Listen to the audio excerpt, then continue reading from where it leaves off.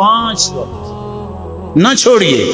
پہلا وقت رات کو آنکھ کھولے، گھر میں کوئی بیمار ہے، ویسے بجلی چلی گئی ہے، یہ کلمات کہہ دو، سبحان اللہ والحمد للہ ولا الہ الا اللہ واللہ اکبر ولا حول ولا قوة الا باللہ اللہم ارحمنی وارزقنی وعافنی۔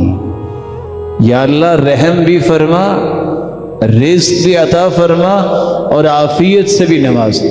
اتنے کلمات کہہ کے جو دعا کرتا ہے اس وقت رات کی تاریکی میں سحری سے پہلے، وہ کبھی رد نہیں ہوتا۔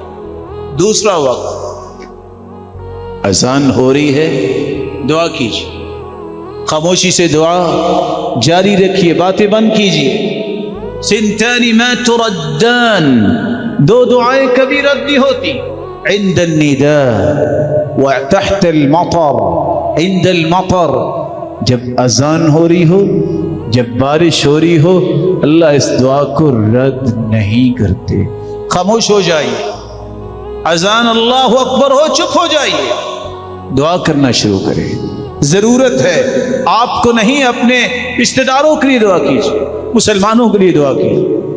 تیسرا وقت الدعاء بین الاذان والاقامت لا ترد۔ اذان ہو گئی ہے، جماعت کھڑی ہونے میں 10 سے 12 سے 15 منٹ باقی ہیں، کہا اللہ کے رسول صلی اللہ علیہ وسلم نے اس وقت دعا جو کی جاتی ہے کبھی رد نہیں ہوتی۔